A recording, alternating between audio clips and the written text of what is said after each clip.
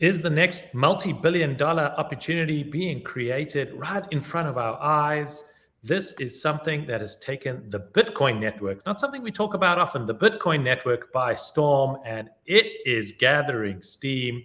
Millions of transactions happening on the Bitcoin network, and the community is excited. Some people are really upset about it, but this could be the next big thing in crypto, and we're going to go all into that, what that is, and why you need to know about it. It's an exciting show. I'm excited to get into this, all on goats and the metaverse. And Stanley, we've got a really exciting show today, and it's so jam-packed that we are going to do it in a new format. We are bringing on a metaversal analyst, Jamison Mah, joining us on the show to talk about something that's on the lips of everyone, Bitcoin Ordinals, BRC20. What is that? How do I make money out of it? Should I be investing in it? And is this a fad, or is this something that is here to stay? And is this going to be as big as NFTs on Ethereum and the other chains? Well, we're going to answer all of that. How are you? I'm doing great. I am excited. The best part of the show, we are going rapid fire, my friend. Without further ado, let's bring Jamison on and let's see how he performs under pressure. We want quick answers to the point, but we want alpha. Jamison, welcome to the show. How are you, sir? Great to be on. I'm ready. I'm pumped. Let's do it. Let's get right into it. Without further ado, what are Bitcoin ordinals and how do they work? What are Bitcoin ordinals? Such a big question. Bitcoin ordinals are NFTs on Bitcoin. And I think a key thing to note, you might have heard of Bitcoin NFTs before in the past. You might have heard of something called stacks, layer twos, all these different terms. Ordinals are unique because this is the first time we've had NFTs directly on the layer one of Bitcoin.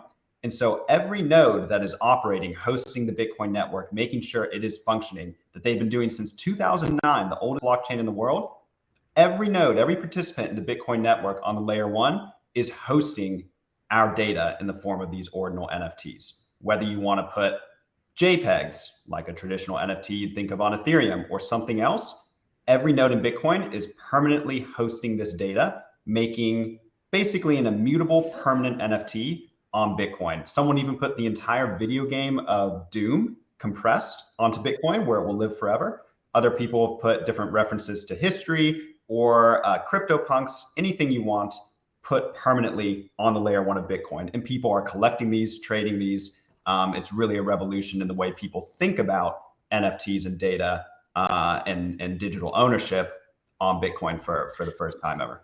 So what I'm hearing you say is, what we've seen with Ethereum, you can have an NFT, but that doesn't necessarily mean that the data is on chain. The data could be stored somewhere else. It could be on a server somewhere. What you're saying is Bitcoin ordinals. What that means is that it's actually being written onto the Bitcoin chain. Whatever data is being done here is been onto the Bitcoin chain, and all the security, all the network, everything that is behind Bitcoin is going to store that. So you've got the idea that this is going to be there forever. It is going to live there for as long as Bitcoin exists. Is that right?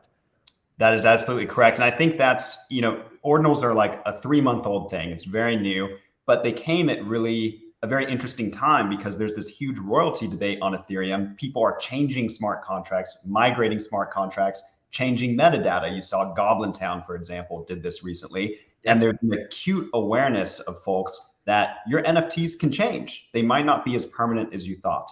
But with ordinals, they are truly the most pure form of a permanent NFT. You can never change them. And obviously, Bitcoin is the most secure and oldest. Very interesting. And how does the rarity of the different Satoshis, as defined by the ordinal theory, impact the potential investment value of Bitcoin ordinals? Well, maybe just unpack first what is a Satoshi and how does this ordinals, inscription, all of this mumbo jumbo work? So that's the really fascinating point.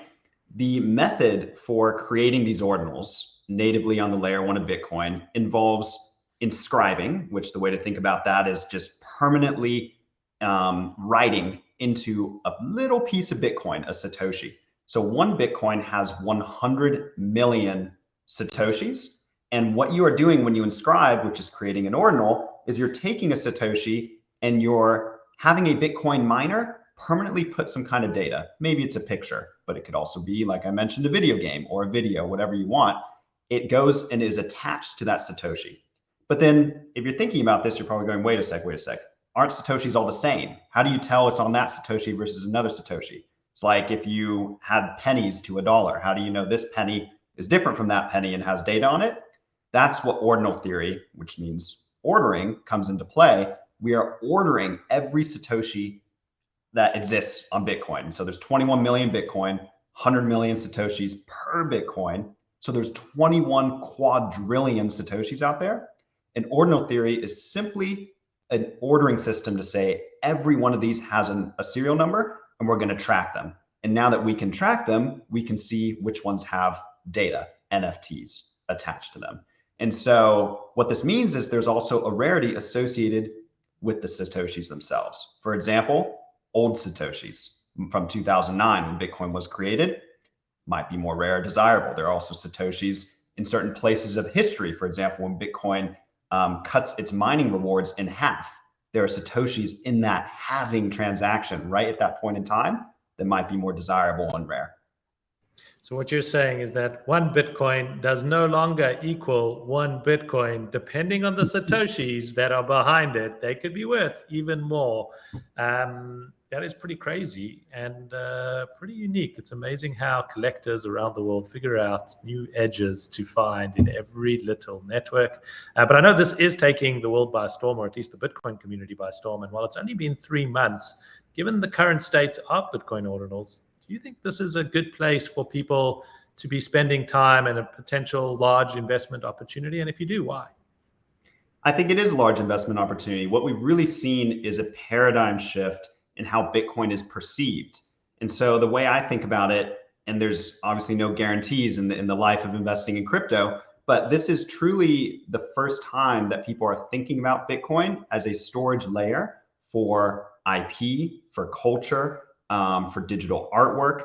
And since these NFTs are such a pure expression of content and IP, and they're going to live there forever, you can see a pathway where this can be extremely conducive to things like high-end digital art, one-of-one pieces, where you might say, okay, this actually is the most secure kind of high-end form of creating this digital object.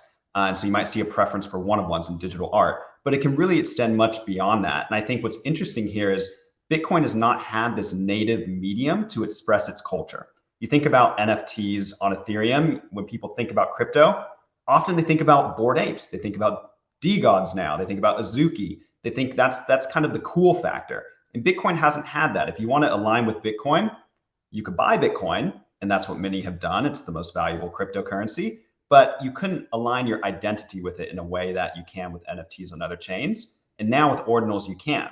And so one metric that people look at is they say, what's the value of all the NFT, DeFi ecosystems, and so on a particular chain? And it's usually close to the value of the chain itself, the base layer protocol. And so a quick statistic, ordinal inscriptions market cap today on Bitcoin is 200 million, roughly. And Bitcoin, the market cap there, 522 billion. And so we're talking a delta of over 1,000 times, or just a massive, massive delta. And so if you think those two numbers have a chance to converge, being in early could lead to massive returns, potentially.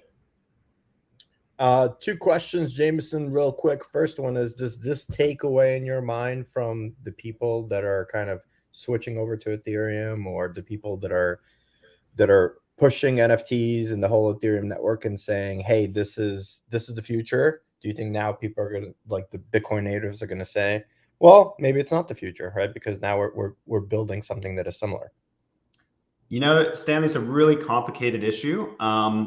I think in some ways, yes, it is competitive to Ethereum, but in many ways, it has very different features. For example, there are no smart contracts right now with Bitcoin ordinals. You cannot have very easily, at least without some kind of clever, hacks, have a DeFi protocol, a Uniswap on Bitcoin, or for example, NFT lending protocol would be very difficult to implement.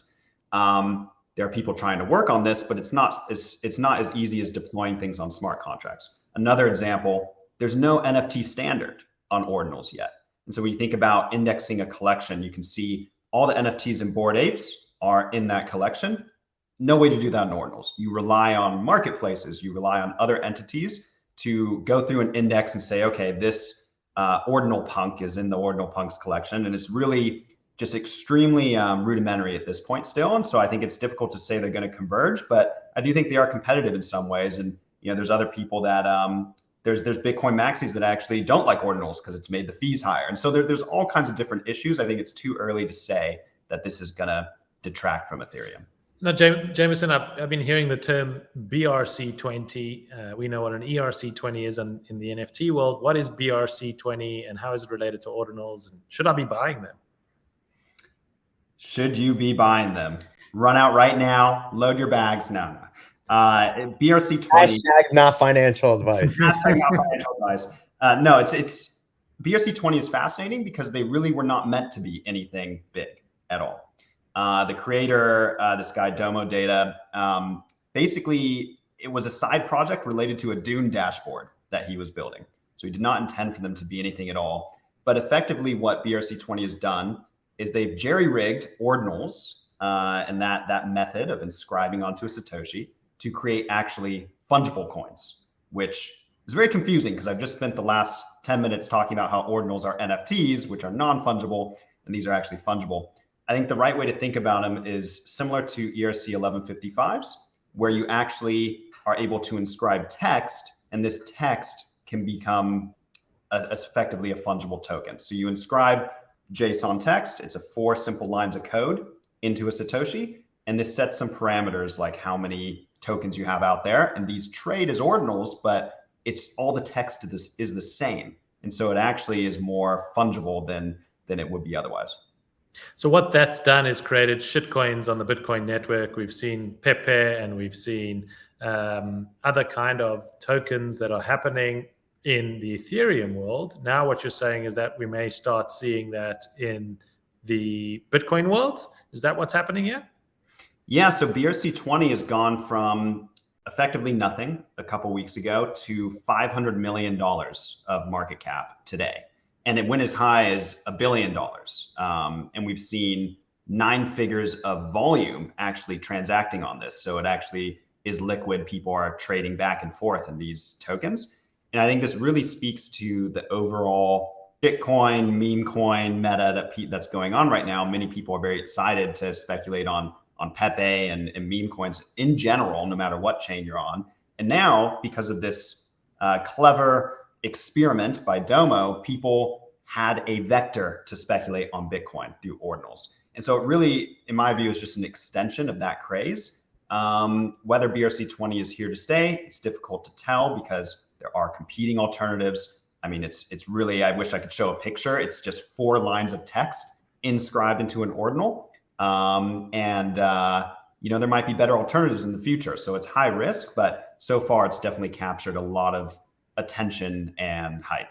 So invest carefully if you are going to dabble. Hashtag do your own research. Hashtag not financial advice. Jamison, we appreciate you coming on to the show and spitting knowledge. We hope everybody enjoyed it. Leave a comment below. Tell us what else do you want to see from our guy, Jamison, so we could bring him on the show so he could continue to spit that knowledge. And kudos to you. You did it well, rapid fire, but you were very controlled. You were very articulate with your answers. I would have been going really, really, really fast. He's a pro. He's a pro. Round of applause to you. Thanks for coming on to Go to the Metaverse. We hope you guys enjoyed the show, and we'll see you all soon. Have a good one, everybody.